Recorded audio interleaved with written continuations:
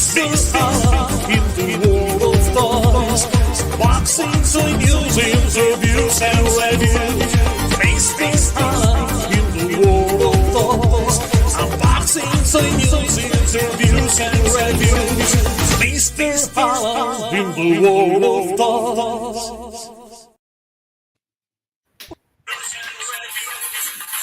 What is this room, Gandalf? It's an ancient room created by wizards of the past. It's so dangerous with secret and unknown spells. Be aware, Frodo. Okay, Gandalf, I'm so cold now. It's so cold.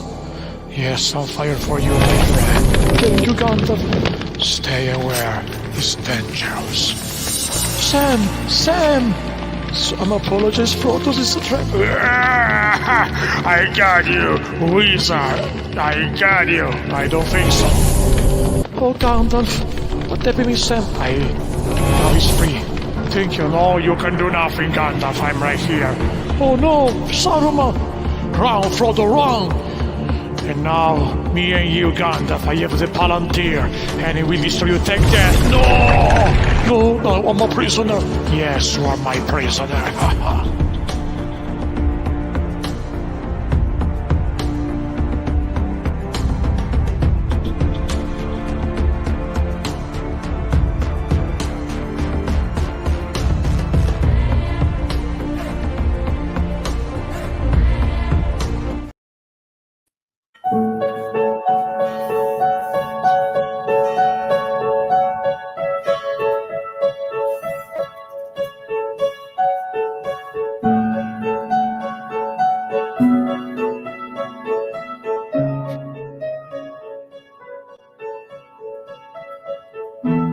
If you love Masters of the Universe, you know the guest that I have today.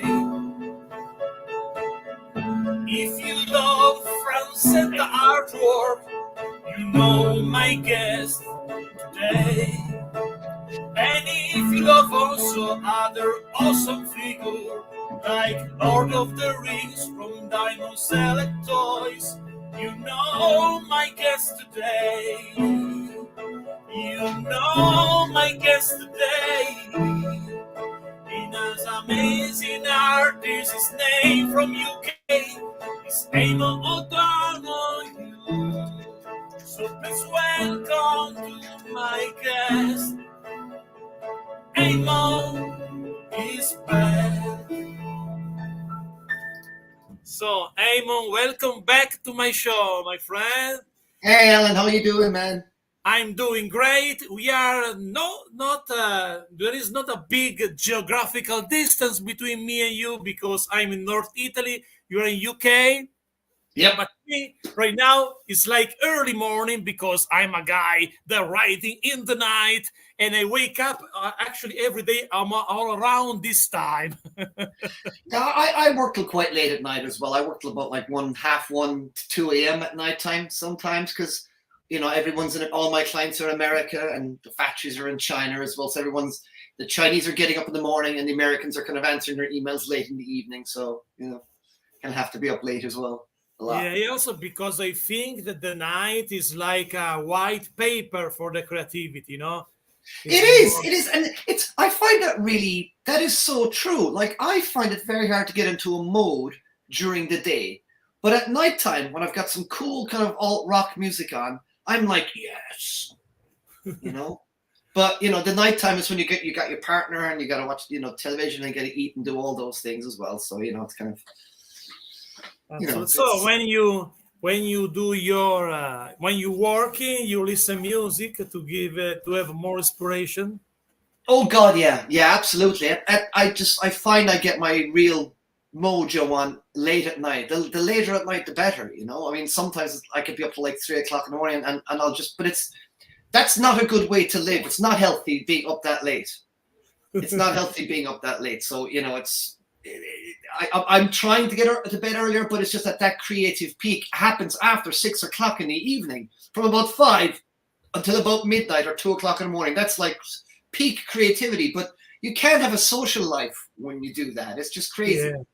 I totally understand also because for example, to me, is maybe crazier than that because I started to working on my stuff because I split myself between YouTube and writing as a writer. So, and my audience of the channel are US audience.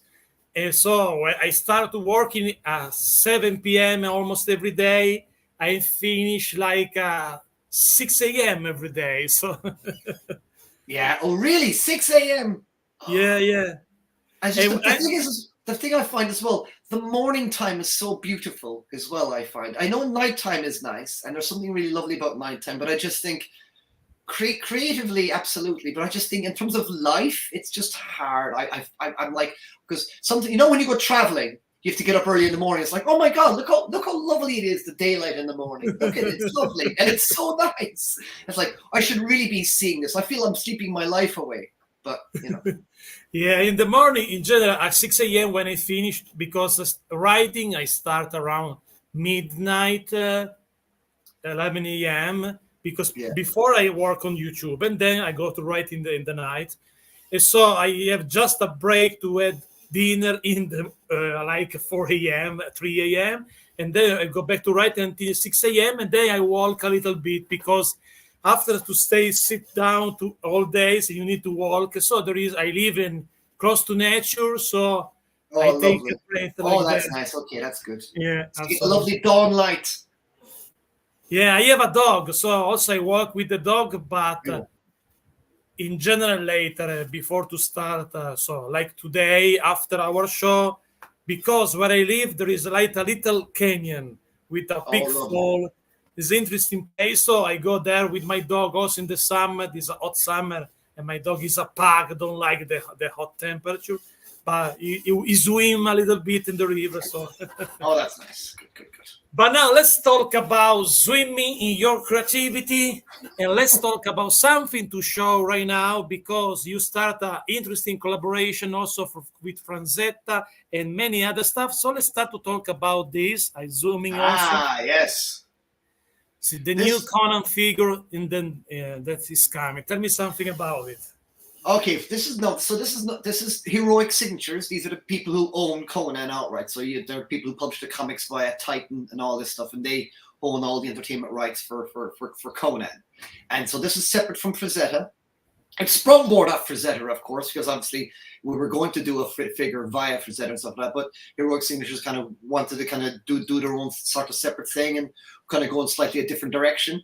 And basically, this is just me working directly with Frederick Momberg on creating basically, we want to get to that Frazetta style, but something a little bit more. These are going to be more articulated for starters. These Conan ones. These are going to be like more mainstream figures. So we got a great sculptor lined up as well for these ones, and so we there's nothing much I can see right now. People have been curious about like why does Conan have a gun, which is an odd question to ask given Conan doesn't have a cat staff or a rapier either, but people fixate on guns, don't they? But no, what it is, it's the Battle of the Blackstone. There's a Conan story currently being told by the Titan comics where Conan interacts with all of the other characters from the Robert D. Howard universe. So you're talking about Solomon Kane, Bran McMorran, Cull, those kinds of characters. And the idea here is that for our first inaugural figure from Heroic Signatures, the first figure we're going to do is going to be, just Conan based on the Blackstone cover, the lovely by Gabriele Della Torre, like the amazing Gabriele Della Torre. So that's kind of what we're trying to do here. So it's very early days yet. The figure is just beginning to be sculpted right now. So we're just going to see where we land up. But we've got big plans. I have big plans anyway. And Frederick and Steve Booth and all the guys over there at Heroic Signatures are all real game. And we want to go deep into the Hyborian age. That's what I would really want to do. We want to go into the Azirs. We want to get Aquilonians. We want to get all the other races of Hyboria, all of them. We want to get all the other characters, Zula, Valeria, the Gunderman, all these characters, Thulsa Doom. We want to get all these characters, but we also want to do army builders of the different races and the different armies and the different factions as well from across the Hyborian age. Think of it's like I look, obviously I'm a big Mythic Legions collector. People know I've got a mad Mythic Legions collection. I love Mythic Legions, and it's not like trying to ride our coattails or anything. But I think the Hyborian Age is both Frazetta, I find, and indeed Conan, I think are both untapped IPs for really, really interesting adult figures, not kids figures, adult figures. You know, and the kind of stuff we see in Mythic Legions, so on army builders of from all across the Hyborian Age, you know, and we want to get beasts and stuff like that. We want to get the giant ape, the giant white apes, all this stuff. We want to do it all. So we'll just have to see how we do. We're going to get this figure out now in the next 12 months or so, and we're just going to see how it does. So we're going to encourage people to, when this figure comes out, to really get on board and support the hell out of it, because it's our first figure it's my first figure with Heroic Signatures, and it's indeed Heroic Signatures' first figure. But hey, folks have seen what I did with, you know, Fire and Ice. So, you know, we're going to, and as I said... Can you show back? Can you show back on the camera?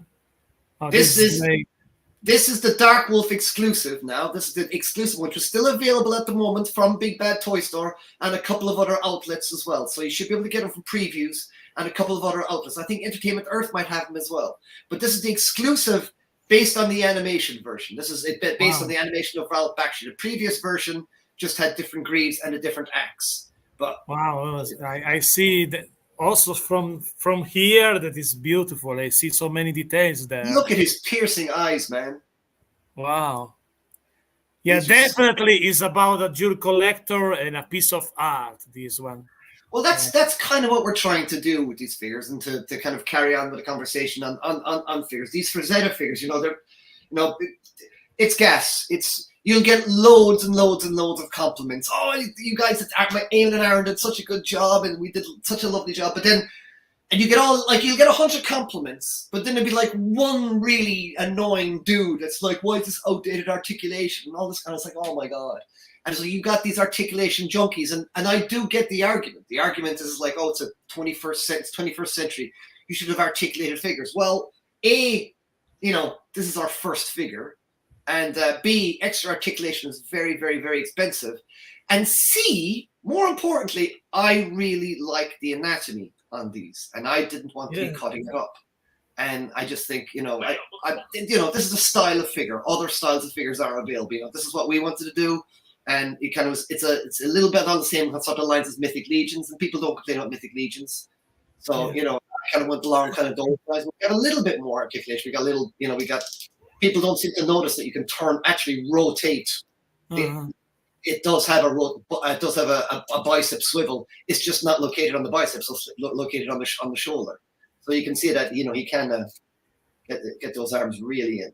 Wow, it's interesting. It's my stuff, that, because I love action figure. I'm also a Mythic Legions collector, but I like this type of project where you find artistic quality in the figure. Oh, this is cool also. Speaking of tasty, this is beautiful. Awesome. I saw also some cosplayer on the Cabal. I saw that. Yeah, it's Rebecca. Is it Rebecca McDonald? I think her name is. Yes. Rebecca. Yeah, so she tends to do a lot of gestures. Yes, so they also is a couple. Also I think her husband does it as well. He did a dark look. But yeah, Tigra's dropping right now. She is shipping right now. Sarah Frazetta herself is boxing up your Tigras right now and shipping them. So the thing is, people were asking, like, why is Big Bad Toy Store shipping out first? And goes, well, they have a lot of staff. You know, it's only Joe and Sarah and a couple of others down below there in Florida shipping these out. So I need samples of these figures to do reviews. You do. We'll see what we can do there. But yes, we're very, very proud of Tigra. I boasted to the world that we were going to produce the world's most beautiful action figure. Yes, and I'm going to say that we did. High quality and especially piece of art. I see art in your stuff, you know, because sometimes I want to also touch that later. Sometimes you got today from big company figure with good articulation but less art. They looks like a little bit more flat. You know what I mean? Speaking, it does, and there are arguments for, and I think what it boils down to is this: it really depends how you play with your action figures. Some of us just want to get an action figure, pose it, and put it on the shelf. You know, that's all some of us want. We want to do a cool figure, get a cool looking figure, put it on the shelf, pose it a bit, you know, while you're watching a movie, or, you know, sometime you're just idle or whatever, and you just want to pose it. Other people do want to get down and get really nitty gritty and get these crazy dynamic poses and stuff like that. And I think for some sorts of collectors, especially kind of the photographer collectors who really like, you know, who have got specific scenes in mind and things. And it's just like, I know people like for this Tigra now wanted her to be able to scoot up alongside Conan and stuff, but I didn't want to be breaking up. For me, something like the knees are all important and how this figure looks and works and how she looks. And I just think we want to really capture a certain look here. And we think we've added good articulation on there, but we understand that people do want more articulation. But it is only a handful compared to the vast majority of people seem very happy with them. You know, the vast majority of people seem very, very happy. Also, this one is a perfect anatomy. It's really cool. It's really well done, my friend. Yeah, well, this is obviously it's partially sculpted by myself as well, but Aaron Doyle is our main sculptor. And yeah, Aaron is just knocking it out of the park at the moment. He's doing absolutely stunning stuff. And of course, this guy's now up for pre-order. So we got Tigra dropping. Yeah. She's dropping right now. So everyone, she'll be here. She'll be with everyone next week. But Norseman here, he's kind of like a random. Okay, let's see what people think about this guy figure, because he's not from a movie. He's from a painting, and you know it's good. Yeah, there you go. Nice one. Yeah. It's a lovely photography there, but a mighty Trevor Williams there. Oh, I know Trevor Williams is a friend of mine. yeah, and he's absolutely amazing photographer. We've got Raul as well on doing some photographs for her as well. But Trevor does our main packaging photography. But yeah, we're extremely proud of the Norseman here as well. That's awesome. Also, this one I like the style, the concept, the idea of the project. It's really cool. Yeah, I keep going over. I keep mixing up my left and my right, you know, because of the thing. And of course, you know, you want the sweepy hair like the back, like the painting as well, you know.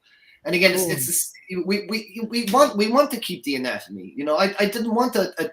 What's the point of having a waist swivel when he can do this? You know, he can rotate it any way he wants.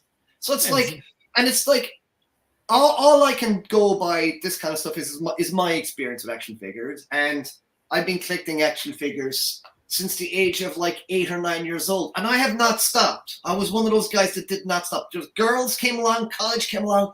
I still didn't stop religiously buying action figures. I never stopped. So if sounds very arrogant to say this, but if I'm happy with it, I feel everyone else should be happy with it, because I know what I like and I know what I works. I love Mythic Legion figures. For me, they pose very well. I really like them. So but I know me too. some people who like Mayfix, you know, some people like the Bandai SH figure arts. They love that hyper crazy articulation. But man, it cuts into sculpts. It just cuts into the sculpts. And if you want to do Spider-Man sculpts or Spider-Man poses, then, you know, maybe these figures are not for you if you want to do Spider-Man crouched down poses. But we can get some pretty dynamic poses out of these as well. And, you know, they pose a lot more than our other contemporary figures out there. But, you know, it's we're very, very, very proud of this. But this guy's dropping up for pre-order right now, so everyone get on board with this guy. So we're dying to see how this guy does, because we understand. So guys, pre-order now and support this line, because it's awesome. And if you support the line, will be more super cool stuff. Oh yes, and I can tell you, I'm going to give you a small little teaser of the next figure. Where is it? I'm going to give the next Frazetta figure. I'm not gonna say anything, but you probably won't be able to make this out, but I'm going to show you that if anyone can make it out. Oh, that was my hand. There we go. Oh, that's from the next Frazetta figure. I'm going to put it away now. And then that's also from the next Frazetta figure. Wow. I saw a beautiful skull design. Yeah, again, this is Aaron Doyle. These are only 3D prints now. These are just 3D prints. But I'll tell you right now, the next figure is being tooled right now, and we just drop them. That's what we do. We don't want people to be waiting on for too long for their figures. and we just and we all. I am also really conscious as well of people's paychecks. So we're never gonna like. So at the moment now, it's like, oh, Tigra's dropping and Norseman is up for pre-order. And it's like, oh, okay, people have only got X amount of paychecks, and I know that people were maybe waiting around to see the reviews of Tigra and stuff like that. So we're going to leave the windows for Norseman open a few more weeks so people can get their paychecks in and do all that kind of thing. Because I know it's 2 rounds of figures. Then there's other companies dropping other figures as well at the moment as well. So it's kind of like, people only have X amount of money a month. So we're aware that there is stiff competition for people's wallets and pay time and things like that. So, but there you go. Yeah. So we've got, and of course, as well, we've also got, we reveal at San Diego Comic-Con, the Frazetta Conan. So obviously I'm doing 2 Conans. There's the Heroic Signatures Conan, which is based more on the comic books. It's more like a Sal Buscema, Gabriel De La Torre Conan. But the Conan that we saw at San Diego Comic-Con was the Frazetta Girls Conan. Yes, this one here, right there. We're extremely proud of that. We've made a few tweaks to him since. So we've slightly bulked out his arms just a little bit more on that. But that again, that's just a 3D print as well. Yeah. And we're super stoked for him. So, and he's going to have double jointed knees as well, this Conan as well. I'm not going to give him double jointed elbows. I'm just not. It is not worth it. It's just not worth it. You're cutting up all that lovely bicep and stuff, and it's not worth it, man. I'm agree with you. Sorry? I'm agree with you. Sometimes in some other line, you saw that because double joints, they destroy the shape of the biceps or the elbow. If it's a naked action figure, double joints works great on, say, an Iron Man. It works great on a G.I. Joe classified because these are closed figures. They've got clothes on them. If your figure's closed, I think it works fine. But if anatomy is the language of your action figure, then you cannot destroy the anatomy too much. So it's like, I'm agree. I totally agree for that. It's like I know we all want our Conan to do this, but I'm sorry, but I don't think butterfly joints cut it for me. No pun intended. They don't do it. I've got the G.I. Joe classifieds here, and they do have butterfly joints. Yeah. And Storm Shadow still can't hold his sword with 2 hands in front of him like that. No figure can because of the plastic. You cannot squish that. So for me, it's just not. Again, it's all worth it. Like I get that there are arguments against it, but like that Conan there. So Conan will be going up in pre-order at the end of September. Yeah. And Conan is actually number. So we've got Norseman, Tigra, Darkwolf. I can tell you that we got another Fire and Ice character on the brew. And we've got Conan and Brew, and then we've got another figure again. So we've got 3 figures currently that are in the oven right now being baked. So we're going to be dropping those slowly. And we've got big plans. Like we want to do beasts. I want to do other things. We want to do horses. We want to do other things as well. So there's a particular bunch of other famous Frazetta paintings that I think... And that's why I'm encouraging people to go and buy Norseman, because while we know Fire and Ice is a good IP and it's popular because it's based on a movie, buying figures based on one painting might be a lot to, how appealing is that to people? Yes, it's a deep cut. It's a deep cut. Exactly. It's a deep cut, exactly. And it's like, how will the other Frazetta characters? Would Silver Warrior sell? If we did Silver Warrior, would we have polar bears with him? If we did, like, some of the other characters, with some pterodactyls, we did John Carter, all those other characters, I think we think John Carter would probably sell. But would another character from another obscure Frazetta painting sell? Would Egyptian Princess, the famous Egyptian Princess Frazetta painting, how well would she sell? We've had 3 people asking for her, but that's only 3 people. So we are trying to weigh it up and things, and we don't, we just kind of need to support the more obscure characters, because we think these will make really exciting action figures. We really do. Absolutely. And also it's time to explore more this world, no? Absolutely. There's so it's again. There's the world of Frazetta is rife with amazing figures, And the thing is, as well, we want our figures to be sexy as well. We want, these are adult figures after all. I'm not saying we're going to go out and go all the rest of us, but I put it to you like this: we did try to make Tigra's clothes as a separate thing, but you couldn't make plastic thin enough. And the whole Yeah. idea was to have tigers as base body figure, and then you could put the bikinis on there, and then maybe do a Dawn attack or another character and put the parts on her and stuff. But you couldn't get materials that thin, and let's face it, the bikini would likely slip off in transit, and they would just havoc. So we're just trying to keep it, nice. We wanted to be sexy, but not to exclude younger people or anything like that. We wouldn't want to make anything obscene or rude or crude or anything like that. But we hope we're straddling a fine line between a sexy figure. Yes, but also because also the eros is a part of the art, is an important part of the art. It's like in my book. In my book, there is some erotic scene, but because it's a part of the story. No? Yeah, absolutely. That's the whole. Frazetta liked his bodies, and he liked his anatomy, and you want to really honor that and cherish that kind of a thing. So yeah, there you go. It's very exciting, doing lots of stuff with Frazetta girls. It's been a privilege beyond anything. We're working with Sarah Frazetta directly, and just we're just doing. It's just us, and we're just doing it. It's just so exciting, and the fact that they've trusted me and enlisted me to kind of help guide all these figures. It's absolutely it's flattering, and I'm delighted. It's been absolutely a joy, and fingers crossed now people are going to be happy with Tigra, and Norseman will sell, and we'll just keep on going. Cool. I want to support the line. So let's talk about another line that you work. You work with my friends from Diamond Select Toys and another extra match. Zach says hi, by the way. Zach, I told Zach I was coming on the show, and he said, I've been on there 8 times. Oh, okay. Yes, he was in my show 8 times plus 2 of my millions view celebrations. A dear friend of mine, Zach.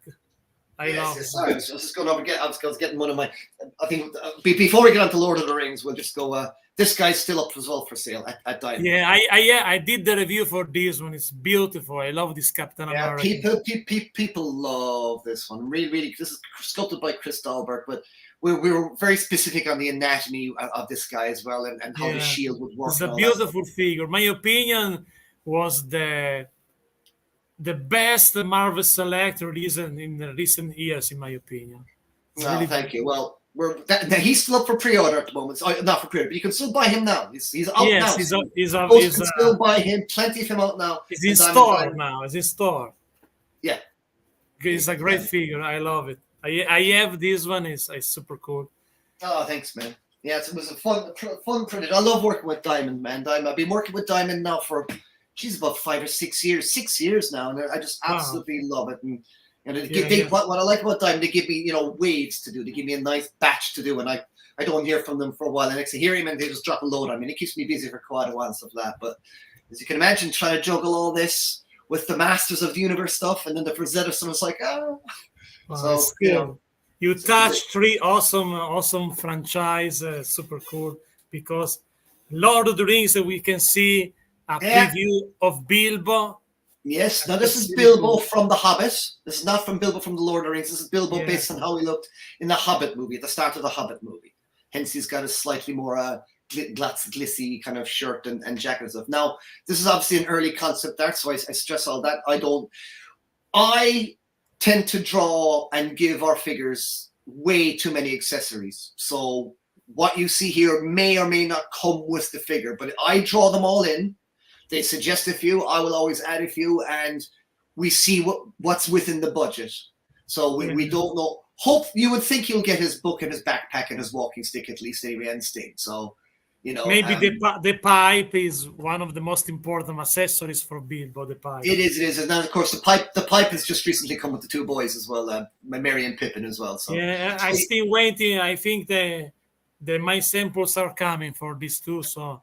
Coming soon, the review on the channel of these 2, or Merry and Pippin. Merry and Pippin, ready for 11sies and second breakfast, afternoon lunch.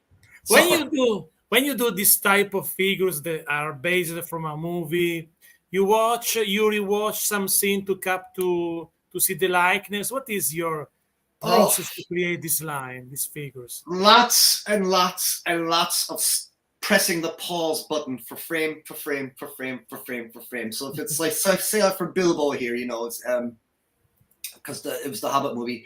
I literally just freeze frame. Thankfully, the Hobbit had lots of modern photographic reference, so because it's a more modern movie. But if I go into Lord of the Rings movies, which were made like 15, 20 years ago, the reference photographs are quite low quality, so it's very hard to make out the details. So that's why I have to go into the Blu-ray and literally freeze frame the hell out of it. Like, so we're doing like Gimli. Gimli had crazy details on his shoulder pads, and you don't really see them in the movie.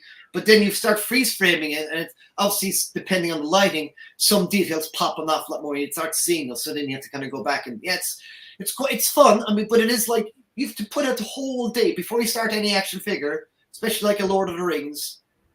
You have to pretty much put a whole day aside for just scanning through the footage, making sure what scenes they're in, and obviously sometimes there'll be good promo shots as well. But most of the time, it is just scanning through.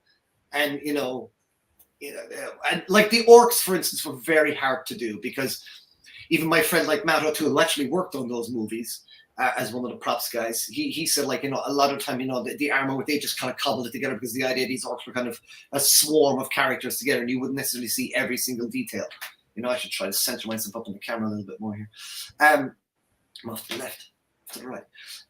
So yeah, it's just really just a day of just pausing, freeze framing, and going pause button, pause button, and just trying to get as many shots of the character as possible. Just do screen grabs the whole time, especially for Lord of the Rings stuff. And this is the same as with the House of the Dragon stuff as well. That's another line I'm working on for Diamond as well. But yeah, we'll get to the House of the Dragon, but we better show the next one. I think people haven't actually seen this one. I believe this was announced at San Diego Comic-Con, but people haven't seen the next one yet, and it's yay! It's Toriel. Awesome. So she was a pleasure to draw. So she was. Again, it's Evangeline Lovely Lily. So absolute pleasure to draw. Her hair was a bit of a nightmare to try and get right because obviously she's a character that moves a lot. She's quite kinetic. And so trying to get the hairdo, and it's like, do I put it flowing? Do I put it straight down? But hopefully it'll be made out of soft plastic, so you should be able to apply and put it over her shoulders and stuff like that. But yeah. Another lovely character from The Hobbit. I know she was an invention for the movie, but she's a lovely character. And the boys over at Gentle Giant, the people who actually sculpt these based on my designs, they do an amazing job at sculpting it. I think just this entire line of Lord of the Rings from Diamonds has just been beautiful. My opinion are the best Lord of the Rings figures released so far. I like so much. I think Gentle Giant do such a great job of capturing they do just a great job of kind of capturing the feel and the vibe of the characters. There's something that they just feel like they've popped out. There's a color and all the rest of this stuff to them. But yeah. So we're very, very, very happy with Toriel. As you can see, she comes with her 2 daggers that we hope will slip into her satchel there for her arrows. We got a bigger kind of a sword thing as well, and she's got a thing for around her waist as well. So, lovely figure. So we're very, very, very excited for her. And yeah, that's wave 9, isn't it, of Lord of the Rings? I think this is wave 9. I believe yes, because Merry and Pippin is 7. Then there is the other 2. They have we got Eowyn and the Witch King, the Nazgul Witch King. So this one probably is a number 9 with Bilbo and Moriel. Yes. Let's see House of the Dragon. Yes, House of the Dragon. Yeah, I was delighted to be asked to do these. Again, I guess I'm the fantasy guy, so it's cool. Yes, we're very, very House of the Dragon. So yes, we got Rhaenyra's. There we got her lovely, lovely, lovely extra cloak as well. So they've done the cloak is a separate piece. Cool. So there you go. Again, I give characters extra accessories, and as you know, Diamonds tend to say it comes with accessories, and they don't show the accessories until the figure drops because, again, we don't know. Often is the case that you budget for a figure, and sometimes things go over and under and things like that. So yeah, we go in there. It's very hard trying to get the likeness of characters, but you just have to try and work as best as you can to try and get the likeness of a character that's just stood there like that. Because even if the actor did stand there like naturally like that, it looks a bit unnatural. So I tried to get as close a likeness for the sculptor as possible, so he doesn't have to rely too much on photography, but he inevitably will, of course. But of course, the most important thing is getting the costume details right. So I would also supply just the line art as well of the character as well. But again, it's freeze framing, posing, trying to get as many angles of the character as possible. And it's like, these are actors in a TV show or movie. They're not standing there doing this. You've got to just choose the frame and character. it's a long work, but again, I'm very proud of these figures again. And again, these are sculpted by there we are, Damon. Eamon's designing Damon. Yeah, and if you go on to actually the Diamond Select website, you'll actually see now that Damon comes with 2 heads. And of course, it goes one revealing the eye, of course, the kind of the crystalline blue demony eye that he has. So we're very proud. I think he's a great character. I think Yes, very. awesome. I'm loving the TV show, so it is. But yeah, don't know now yet about that jacket. Will that be a separate piece or not yet? I've designed it separately, but again, it's just a case of whether it will be in the budget or not. But it's fair to assume he's going to get all the swords and daggers and the alternate head, or where he gets that coat around. It's a different story. And it's funny because, you know, then the second series comes out, and then you're seeing like, oh, he's got a slightly different outfit. Oh, that'd be nice. And it's like, oh, but we've already done the character now. And it's like, you know, do we, you know, like we did Damon, and we did Damon, and then Damon now in the series 2 has got a cooler outfit again for riding his dragon. It's like, oh boy, what can we do? But you know, that's just the way it goes. But yeah, these Lord of the Rings are for pre-order now on Diamond Select Store. Yes. And this one is on pre-order now. Speaking of yes, Nazgul. Yes, Nazgul. Now there's an extra accessory I gave this one as well, so I don't know if it's going to make the cut or not. But let's see. There's an extra little. It's not a necessary accessory, but it's a cool addition. So, but let's see if it actually can make the cut or not. But Nazgul, he was a little tricky because you could literally sometimes see them changing frame to frame. Like it was even when I was doing Sauron. It was real odd because in some frames Sauron had chainmail coming from behind his helmet, and other scenes and in other shots he didn't, and it was just, you just have to try and use your head a little bit, kind of thing as well. You need to watch and rewatch the same. I have also pictures of the figure, the 2000 of the dragon. So let's show you that. That's them there. Yeah. So you can see. Very proud of those. Beautiful. And again, look at the lovely sculpting the guys do. I mean, Jesus, it's just such lovely sculpting they do. Yes, a lot of details. Also, a good things about Diamond Select Toys, they give you a really super cool figure, super detailed, but also with affordable price. It's not a really high price. Exactly as well. Yes, exactly. And you know, they are a larger company. I mean, one of the reasons our figures are so expensive for the Frazetta girls is because we're a small, tiny company and huge overheads. And just making figures is expensive, man. You know, Diamond have got a good system. They've been doing the stuff for a long time. Chuck and Zach and all those guys, you know, these are seasoned pros, these guys, you know. So, you know, they get their figures out and they get their figures out at a good pace as well, I think, as well. So I want to touch another topic in the last minutes, last 23 minutes about. Yep. And I want to start with one of your artwork that you do for. And I want to talk about that a little bit because when I have this figure, I did the reviews, and when I do the reviews, I thought also in the reviews that the better likeness of the character is in the artwork, especially because if I compare the classics 1987 movie William Stout figures from Super 7 and this Masterverse, I see the difference, honestly, because yes, exactly.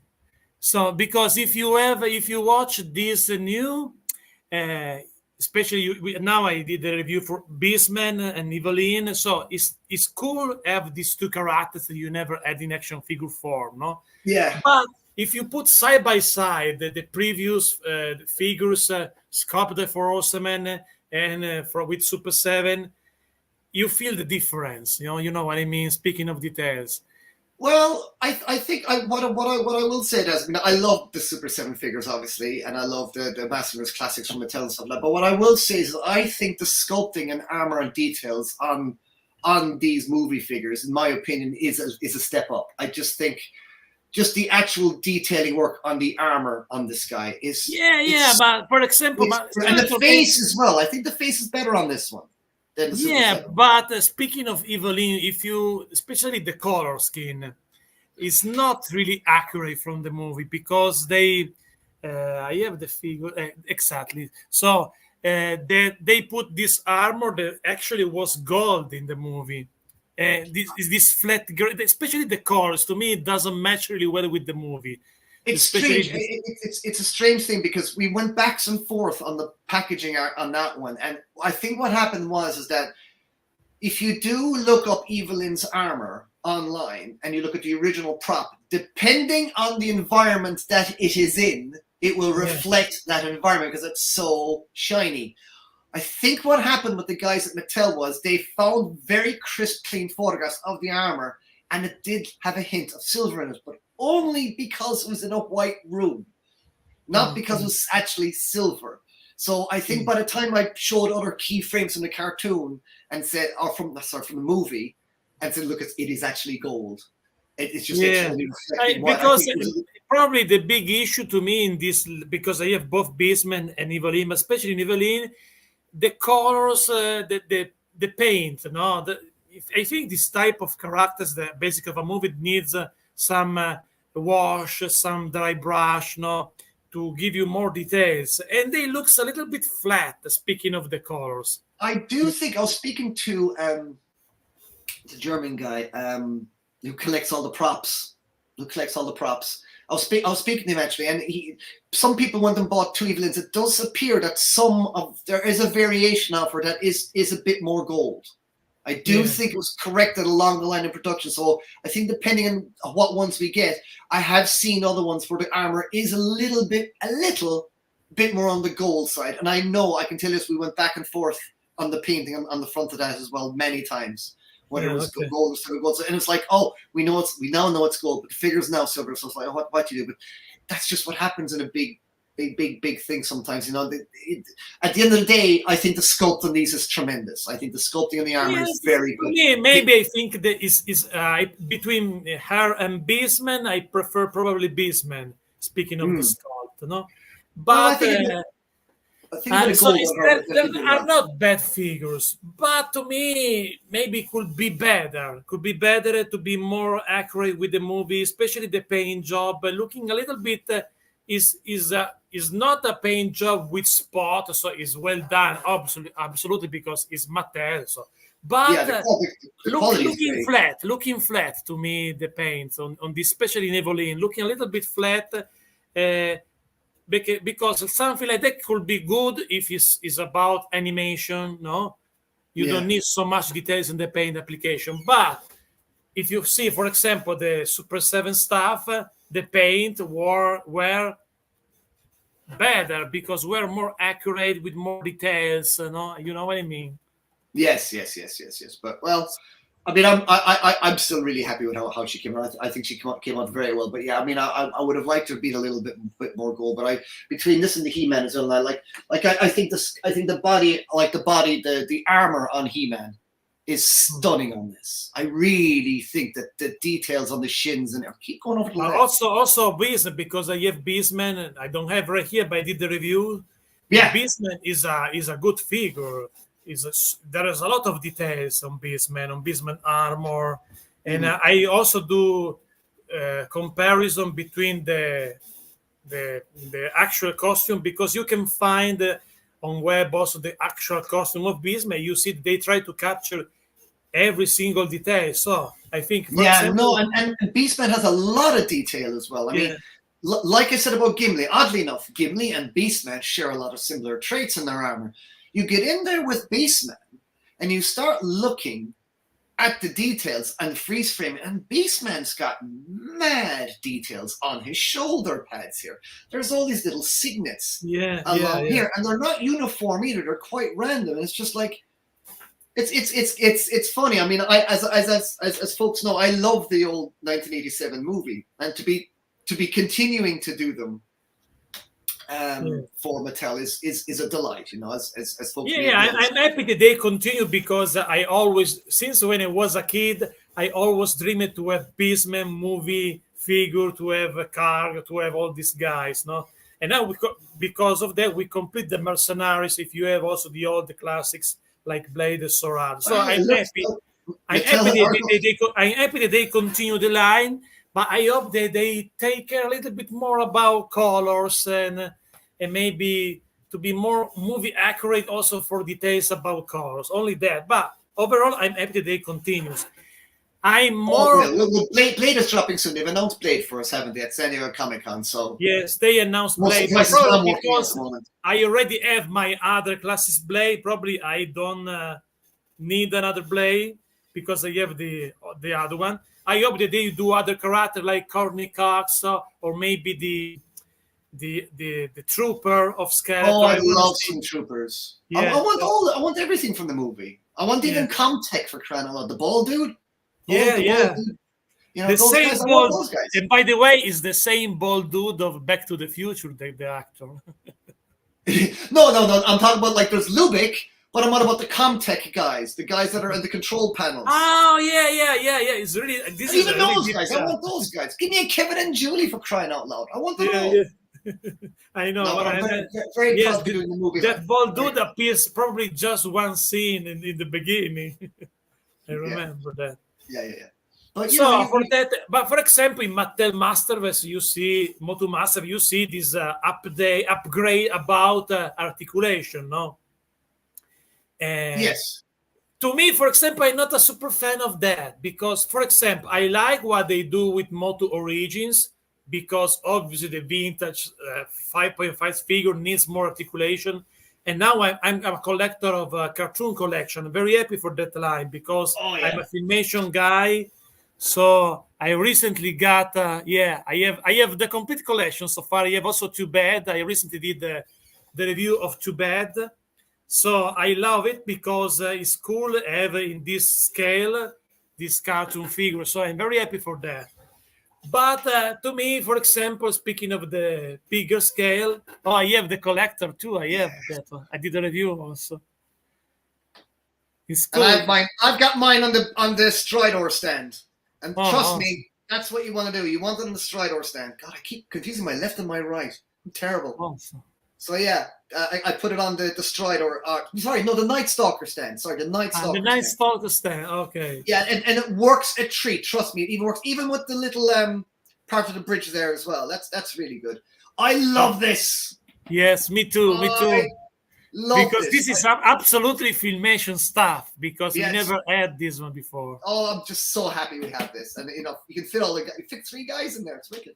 Yeah. Because I did also stop motion with that. I don't have right here, but I did the stop motion for each every time that they got a new figures. I do also stop motion, and that one, the collector, is super cool. But also I have a Webster for first time ever Webster cartoon collection. There too, yeah.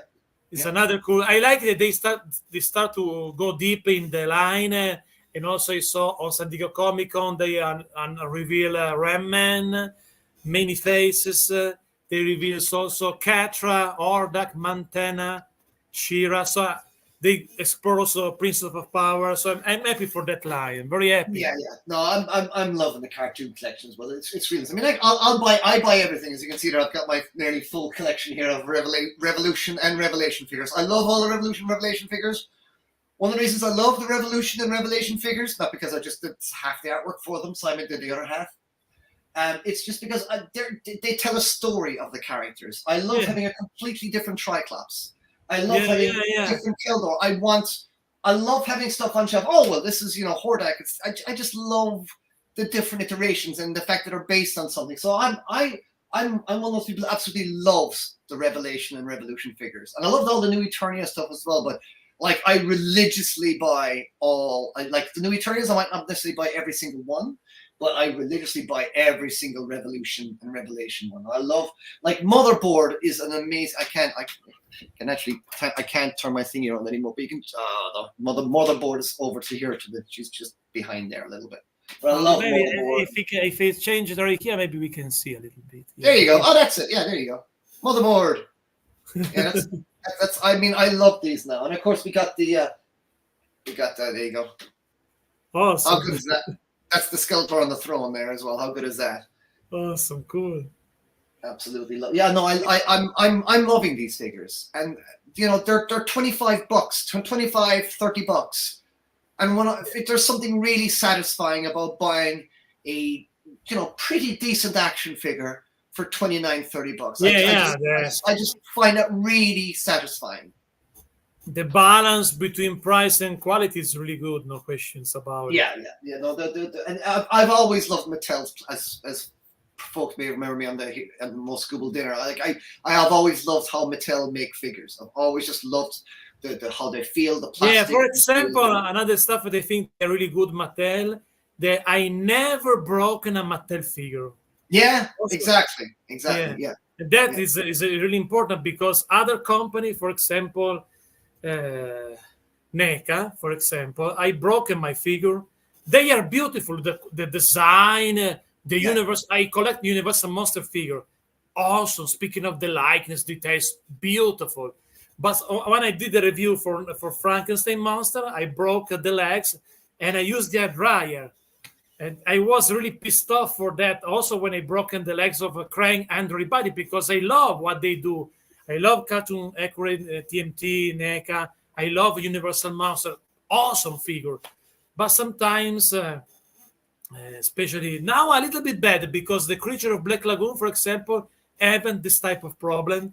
But it is not meant to be broken when you play with the figure, no? And no, it's not. With Mattel, never happened that. Never.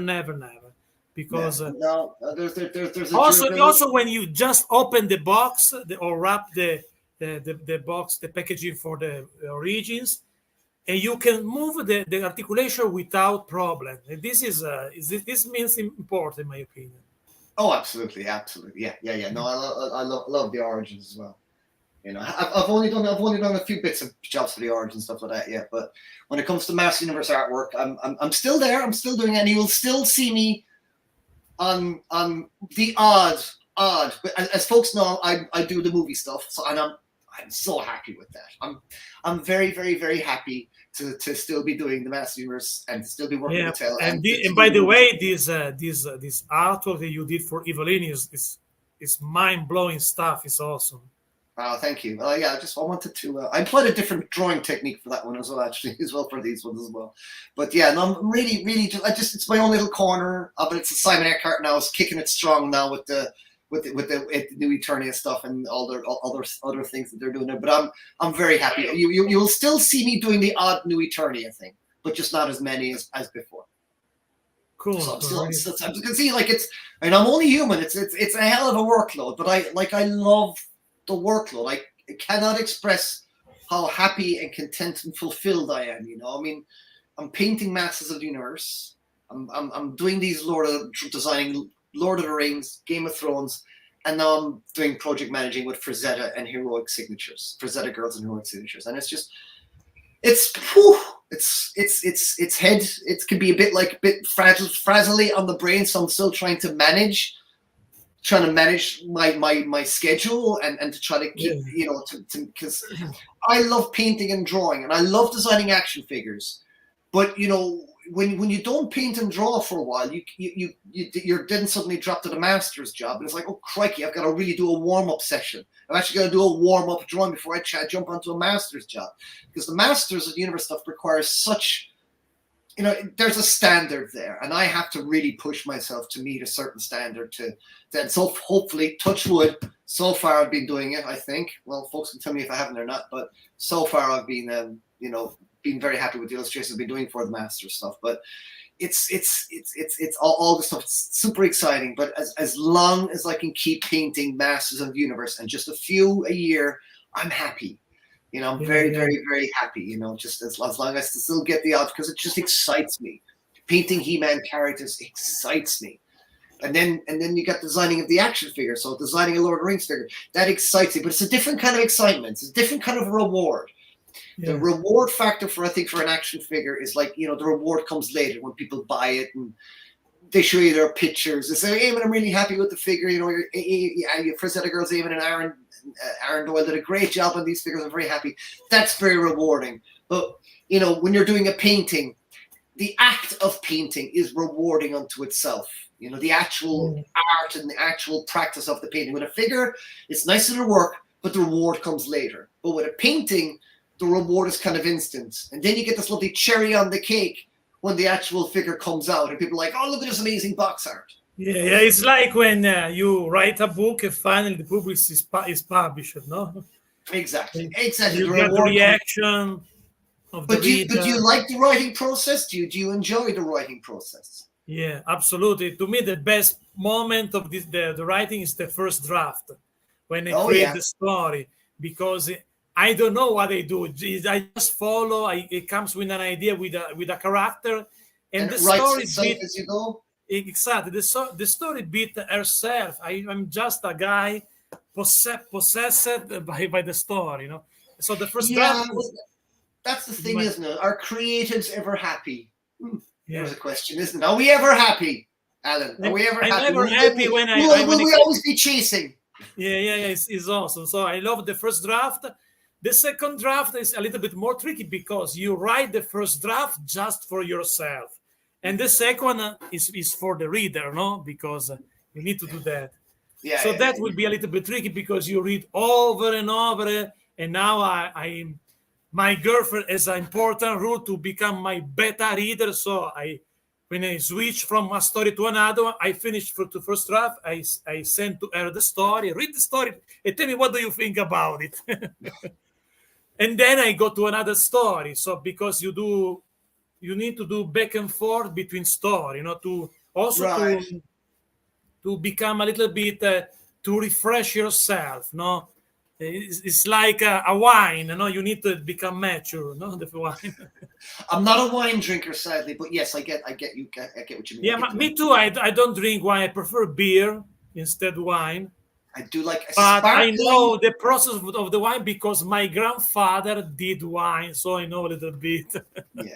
See, for me, I mean, I don't think the British or Americans are very good when it comes to beer. I don't think even the Irish are very good at beer. The Irish drink Guinness. I mean, I don't like drinking Guinness, but for me, the Italians make the best beer, and the Japanese make the best Oh, beer. really? Oh, Yeah, in my opinion, the Germans make some good beer, but for me, a beer is as follows: a good beer, it has to be bubbling, so those constant stream of bubbles coming up from the bottom, and it has to have a head, a white bit of froth at the top, about this much or this much, and it has to be golden, and it has to be clear, and it has to be very cool, and yeah. it baffles my mind that people can drink things like Bud Light. I just don't.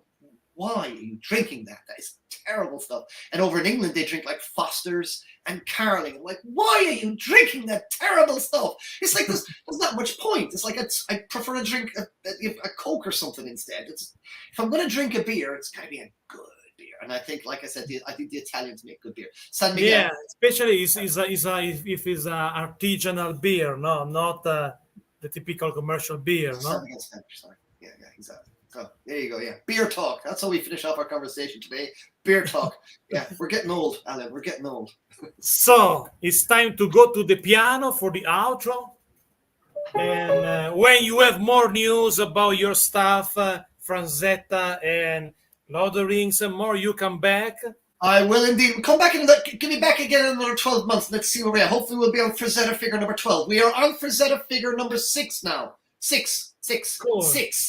And we just started with heroic signatures, and there's more Masters of the Universe coming from me. And as you can see, don't forget to pre-order your Captain America, your Toriel, and your Bilbo when they're up for pre-order. They're actually not for pre-order, but they'll be going up soon. And obviously your House of the Dragon Rhaenyra and Daemon as well. Absolutely. Support, I get everything. For support this line because they are super cool.